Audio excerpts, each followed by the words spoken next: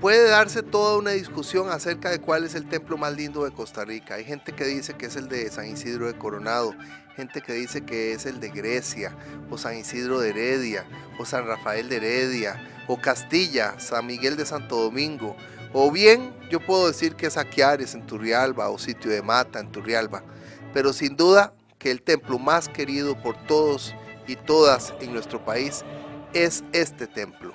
Este templo es el gran símbolo de identidad de Costa Rica. Yo creo que solo hay dos elementos en el ser costarricense que nos hermanan a casi todos y todas: la Selección Nacional de Fútbol y la Negrita de Los Ángeles. Ocurre con la Negrita de Los Ángeles lo que ocurre con la Virgen de Guadalupe. Es producto del sincretismo, que sincretismo significa combinación de culturas, combinación de credos. La Virgen de los Ángeles es tan católica como indígena. Es una chola, una cholita, una negrita. Es la Virgen de los Pardos. Recordemos que donde está este templo estaba la comunidad indígena de Cartago, la comunidad chola, la comunidad que no se podía combinar ni mezclar con la comunidad criolla, es decir, con los españoles nacidos en nuestro país. Y es muy interesante que la aparición de la Virgen de los Ángeles no se da en la comunidad española. Aparece la Virgen Negrita, la mamá de Jesús convertida en una cholita, y aparece ahí donde estaban los pardos. Sin duda que la romería es la manifestación de democracia más rica que tiene este país, porque vamos caminando los ricos y los pobres, los bonitos y los feos, los gordos y los delgados, todos tenemos que caminar por igual. Los ricos no pueden hacer trampa en la romería, tienen que caminar como todos. El hecho de que todos podamos ingresar de rodillas nos hermana. Es un templo ecléctico, es un templo que tiene características de muchos templos diversos entre sí, tiene elementos neoclásicos, tiene elementos barrocos. Por dentro es una de las iglesias más lindas de nuestro país. Yo digo que por fuera es una combinación de cosas. Es muy interesante porque hay una gran comunicación entre la Virgen de los Ángeles y nuestro pueblo. La Virgen de los Ángeles tiene una energía especial para quienes no solo creemos en la fe, sino también en la energía. Ponemos todo en las manos de la Virgen de los Ángeles. La Virgen de los Ángeles protege a este país. La Virgen de los Ángeles bendice a este país. La Virgen de los Ángeles baña a este país con su fuerza poderosa. El templo es lindísimo y el templo es queridísimo. Sé muchísima gente de Guanacaste, de la zona sur, de Limón, que por sus propias características de trabajo o condición económica viene poco, muy poco a San José. Y cuando va a San José hacen un esfuerzo por ir a la Basílica de los Ángeles. Me he encontrado ahí montones de gente de las zonas más remotas del país. Ir a la Basílica de los Ángeles es ir al corazón del pueblo costarricense. Yo no me canso de fotografiar este templo. Me parece que el templo tiene muchos elementos hermosos. Quiero decir y quejarme, no me gusta esa armadura de oro de la Virgen de los Ángeles. Me parece que pierde su condición natural de ser una virgen indígena. A mí me gusta la Virgen de los Ángeles de piedra. Pero bueno, por lo menos toda esa armazón tiene mucho que ver con todos los elementos que hay alrededor ahí en el altar mayor. Quiero decir que me encantan ese tipo de pinturas que hay en las columnas. Se me parece mucho a la iglesia de Moravia, San Vicente de Moravia, se me parece mucho a la iglesia de Aquiares, de Turrialba. Me encanta que estén así pintadas y ojalá que ningún sacerdote quiera pintar de blanco o de crema eso que le da tanta fuerza. Es una iglesia que alguna gente podría decir que tiene elementos naif, que tiene una coloración exagerada.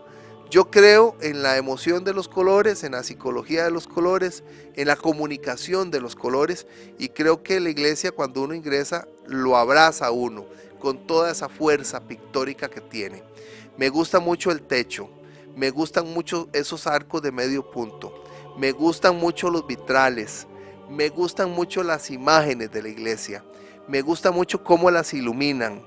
Me gusta que se nota que esta iglesia está bien cuidada, la gente la quiere.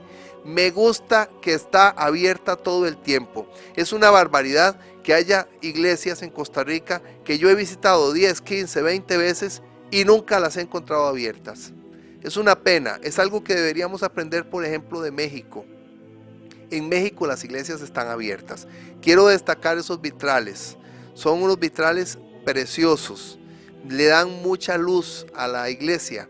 Esta es una iglesia que tuvo que construirse así como está después de los terremotos. Esta iglesia se ha caído por lo menos 2 veces con los terremotos o se ha visto afectada por lo menos 2 veces con los terremotos. Entonces, como nos contó en algún momento un arquitecto que tuvo que ver con una de las remodelaciones, el ingeniero Ferretto, el arquitecto Ferretto, es muy interesante cómo la iglesia fue creciendo hacia los lados, no podía crecer hacia arriba, les daba muchísimo miedo que fuera derribada, les daba muchísimo miedo que fuera demolida, que quedara falseada. Entonces creció hacia los lados y eso ha permitido, por ejemplo, que tenga esta capilla del Santísimo que es lindísima.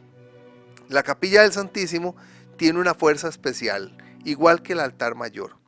Es un regalo de la vida ir a la Basílica de los Ángeles. Sale uno nutrido con la fe y también con la energía.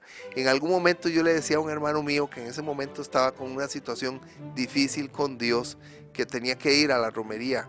Y él me decía, pero ¿cómo voy a ir a la romería si yo no creo en Dios? Y yo le decía, bueno, vaya a la romería por lo menos para que se pringue, para que se nutra de toda esa energía que va en movimiento. Esa energía que llega a esta Basílica de los Ángeles nos nutre a todos. Sin duda usted puede decir que es bonita o que es fea, a mí me gusta, es rara, ha crecido hacia los lados, pero sin duda es la iglesia más representativa de este país. Además es una iglesia que no se parece a ninguna y es la iglesia que todos llevamos en el corazón, la casa de la Negrita, de la Virgen de los Ángeles, de nuestra Madre.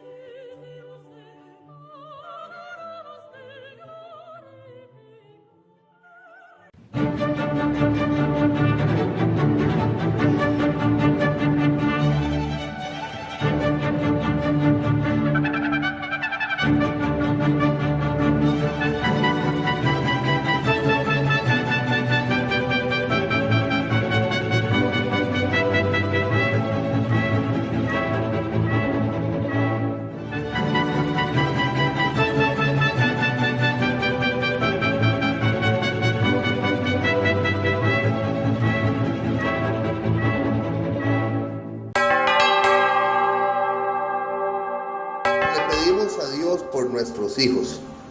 Dios escucha especialmente cuando oramos los padres. Dios presta atención impostergable cuando los papás y las mamás nos dirigimos a Él.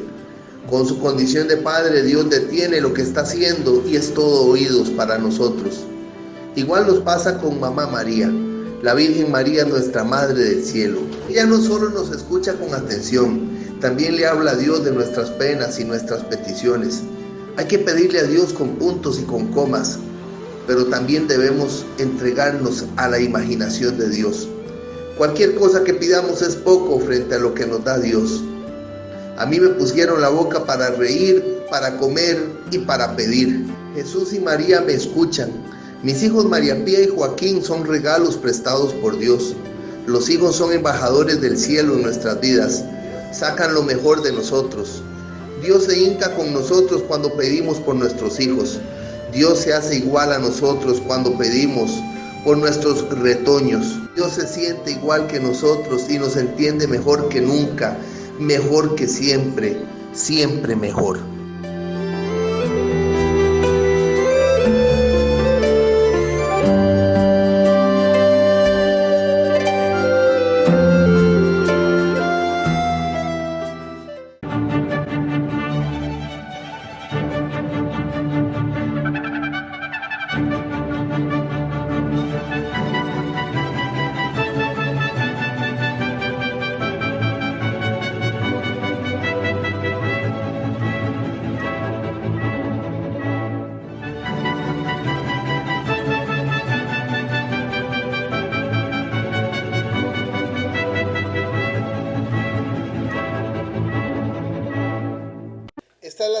parte de nuestra entrevista con el sacerdote Víctor Hugo Machorro Reynoso.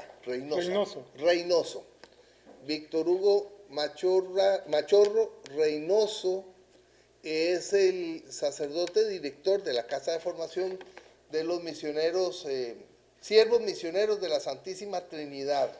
Ese es el nombre completo, cuya Casa de Formación para América Latina y el Caribe, para habla hispana y Haití, está en nuestro país. Y bueno, tenemos una relación a través del sacerdote Edgar Solano Bruno, quien es el único siervo trinitario costarricense. Ahora hay un muchacho que se está formando, esperemos que concluya.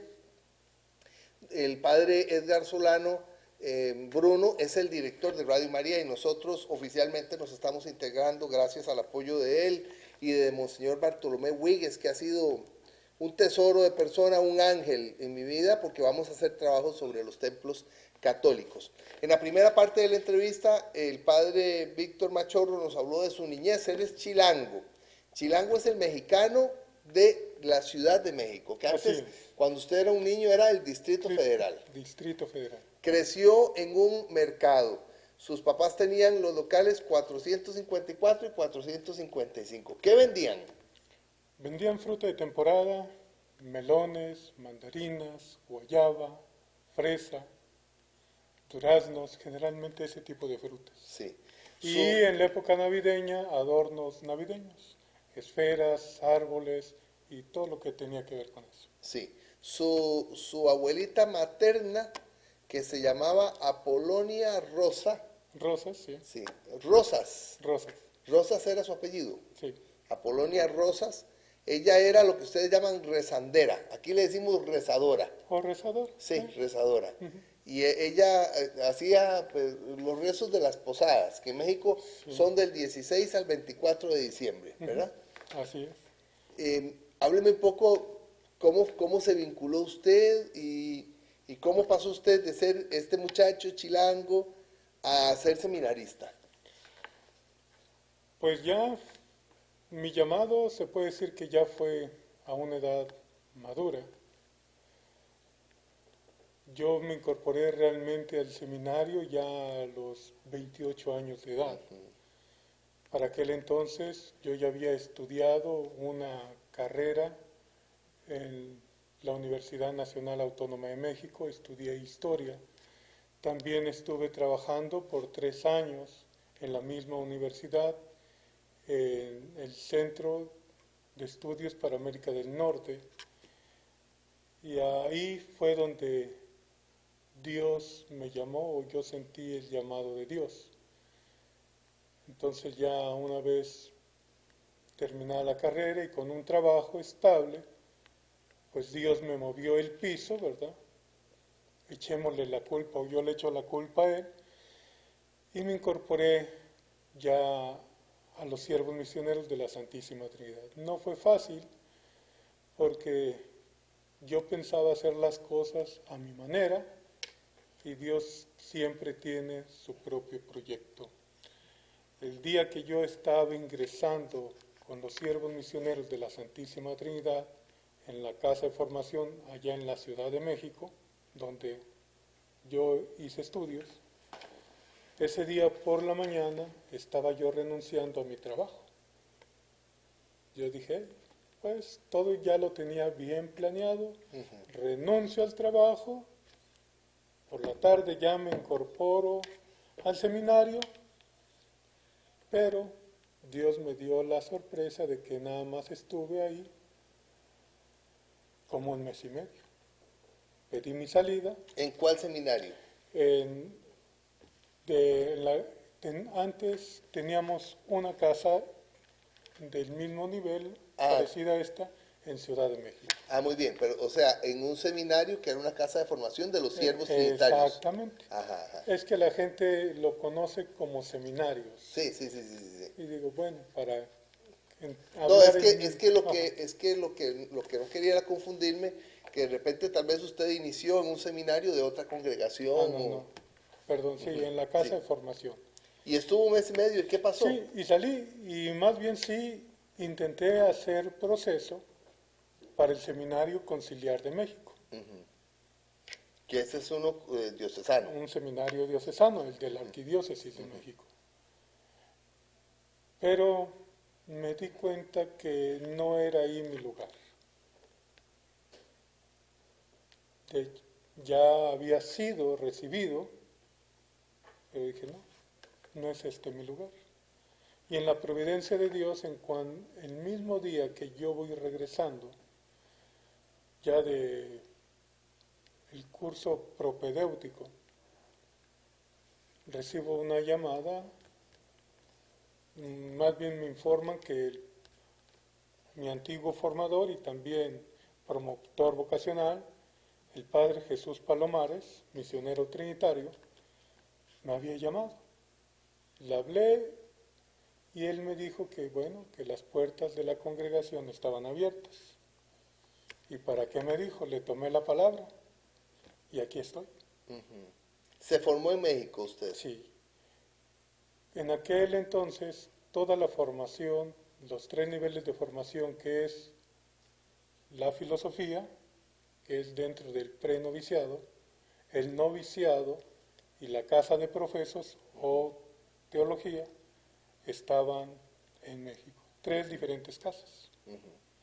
Yo, Y en la Ciudad de México.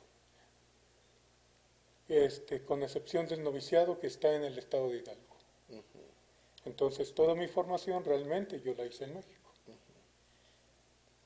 Con excepción también de un año de misión que fui a Alabama y estuve sirviendo donde propiamente la congregación nació.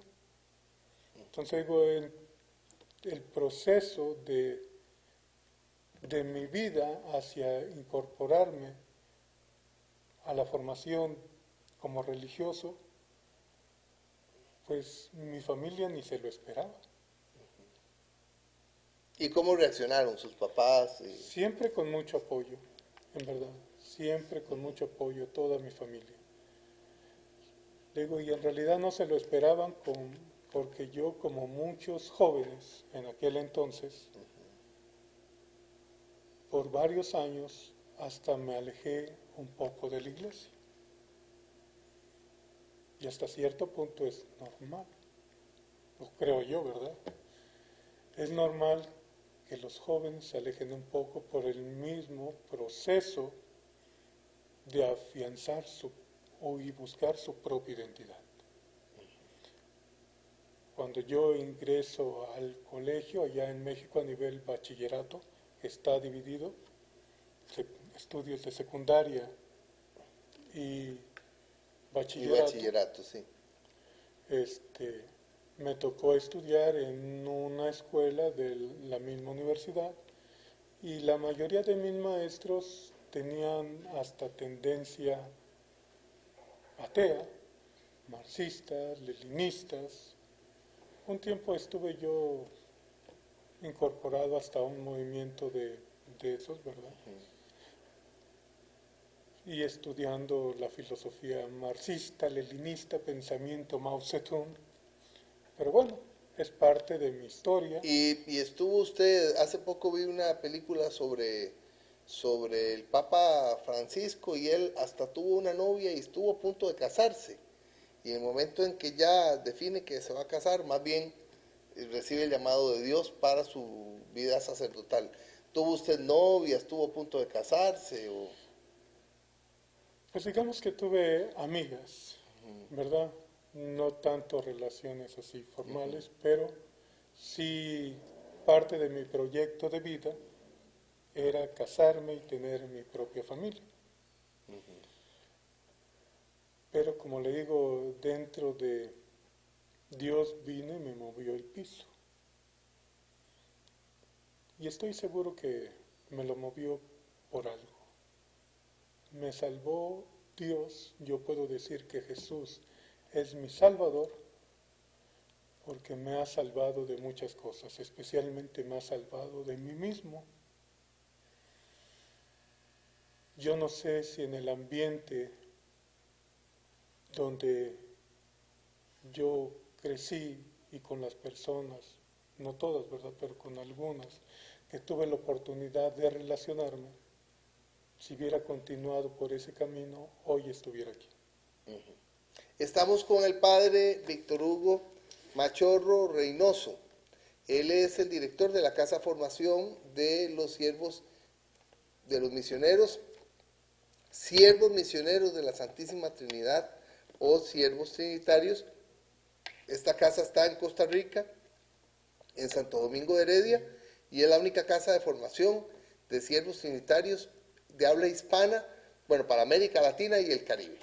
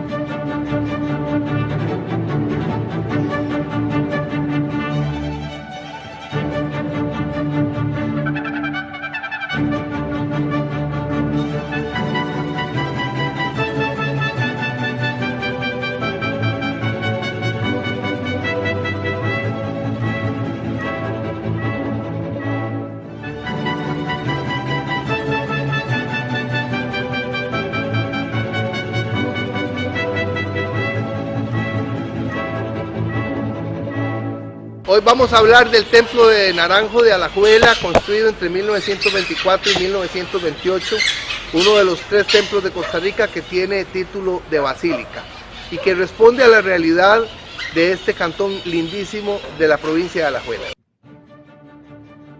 Este es el templo católico de Nuestra Señora de las Piedades, en Naranjo. Una basílica se llama basílica por el tipo de construcción. Es curioso porque nosotros creemos que basílica es el sitio donde está la patrona. Bueno, es que en Costa Rica la catedral o el templo donde está nuestra patrona es una basílica, la Basílica de los Ángeles. Pero tenemos 2 más, esta es una de esas otras 2 más.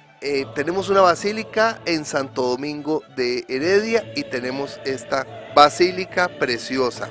Según historiadores, se erigió el 25 de agosto de 1881. Antes era filial de Piedades de Grecia. Hay que recordar que Grecia era un cantón gigantesco que contemplaba lo que hoy es Naranjo, lo que hoy es San Carlos, lo que hoy es Zarcero, lo que hoy es Valverde Vega, lo que hoy es Upala, lo que hoy es Los Chiles, lo que hoy es Guatuso y lo que hoy es el nuevo cantón de Río Cuarto. Bueno, el primer cantón que se independizó de Grecia fue precisamente Naranjo y también fue el primer cantón que tuvo su propia parroquia. Este templo precioso sufrió daños por eventos sísmicos el 5 de septiembre del 2012, por ejemplo. Ha sido restaurado y quiero felicitar a la comunidad porque el templo les quedó lindísimo. Es un templo donde se siente a Dios. Por ejemplo, he estado ahí en algunas horas santas y siento una energía especial en el templo de Naranjo. Quiere decir que en 1865 se comenzó con los trabajos bajo esta advocación y es una maravilla que el templo de Naranjo tenga el título de basílica.